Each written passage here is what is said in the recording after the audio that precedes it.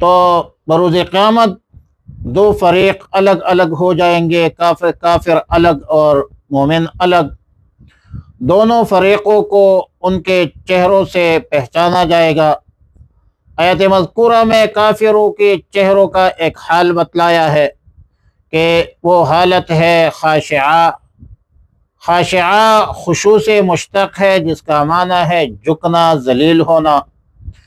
नमाज में खुशू का यही मतलब है कि अल्लाह के सामने झुककर ज़िल्लत और पस्ती के आसार अपने वजूद पर, अपने जिस्म पर ज़ाहिर करे, पता चले कि ये बंदा आजिज़ है, ये आजिज़ी इख्तियार की है, ये इबादत कर रहा है, ये इनकिसारी है।